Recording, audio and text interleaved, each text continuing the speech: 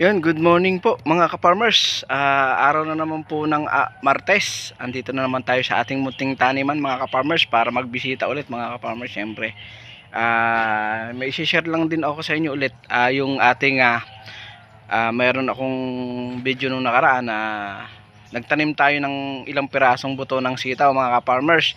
I-share ko lang ngayon, itananim natin to ay araw ng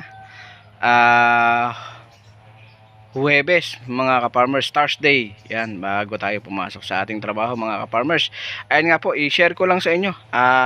Ipakita ko sa inyo dahil sumibol na siya, ganyan na siyang katataas. Mayroong ilang buto lang na hindi sumibol, pero hindi hintayin natin kung sisibol pa siya.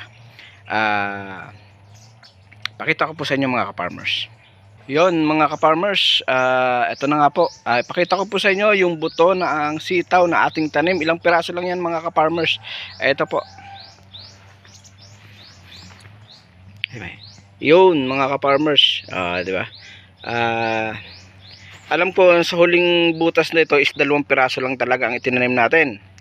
Yan mga ka-farmers, 2 buto ang magkasama dyan mga ka-farmers. Dito mga ka-farmers ay walang sumibol. Yan, makita nyo may tulos yung palatandaan natin para hindi natin masagasaan yung ating sitaw, tanim na sitaw. Doon naman sa isa, alam ko 3 buto ito mga ka-farmers, pero hindi rin sumibol ang 2 piraso mga ka-farmers. Teka, may nakita ko dito mga ka-farmers na parang may tumuka mga ka-farmers, kasi nasa labas yung kanyang balat mga ka-farmers. Ayan, ay may sisibol pa mga ka-farmers, parang may naangat sa kanya, inangat siya. Ayan mga ka-farmers, oh. Sisibol pa, inilubog natin dito sa isang walang sumibol.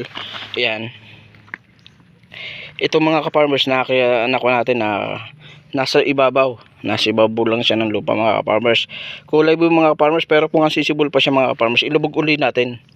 Ayan, dito lang mga ka-farmers, mababaw lang. Yan, mukhang sisibol pa yung kanyang buto, umangat. Hindi ko alam kung bakit umangat. Ayan mga ka-farmers, daw umangat din, oh. Wala na siyang laman. Nakain ng hayop mga ka-farmers. May hayop na kumain mga ka-farmers, oh. Yan, may insektong kumain sa buto ng ating sitaw, kaya hindi sumibol mga ka-farmers. Kinakain niya. Okay na yung mga ka-farmers.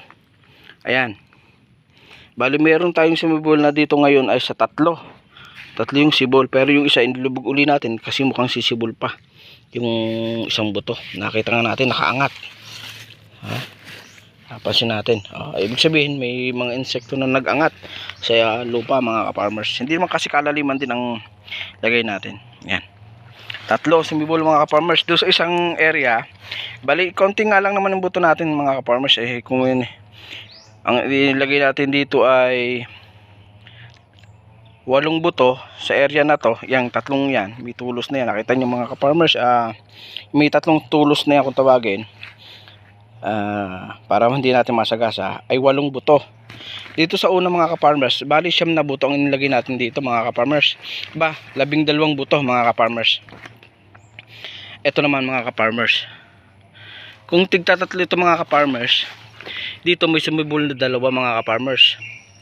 2 buto ng sitaw. Yan, 2 buto. Kita nyo, 2 buto yung sumibol mga ka-farmers.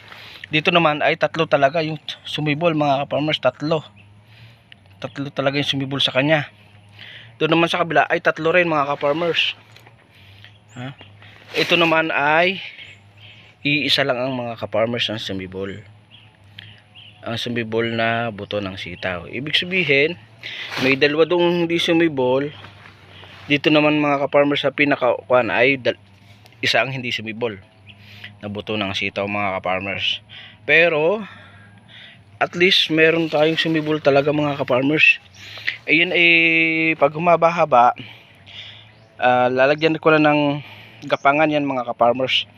Kasi kung babalik na tayo next week, sigurado mataas na yan mga ka-farmers. Yan, yan ang ating tanim na sitaw. Panggulay din yan mga ka-farmers. Konti lang naman, ilang pirasong buto lang. At least meron tayo makukuhang panggulay, pang bulang lang, pang adobo, pang prito, o kahit anong luto ng luto sa sitaw mga ka-farmers.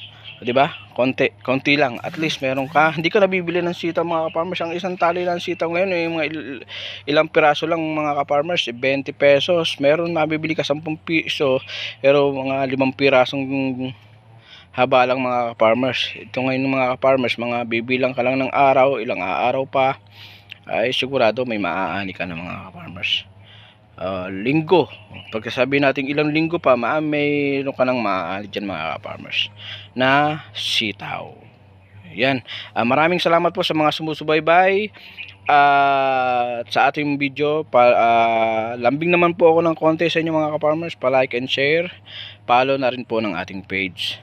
Pa-comment na rin po. Maraming pong salamat sa inyo. Bye-bye.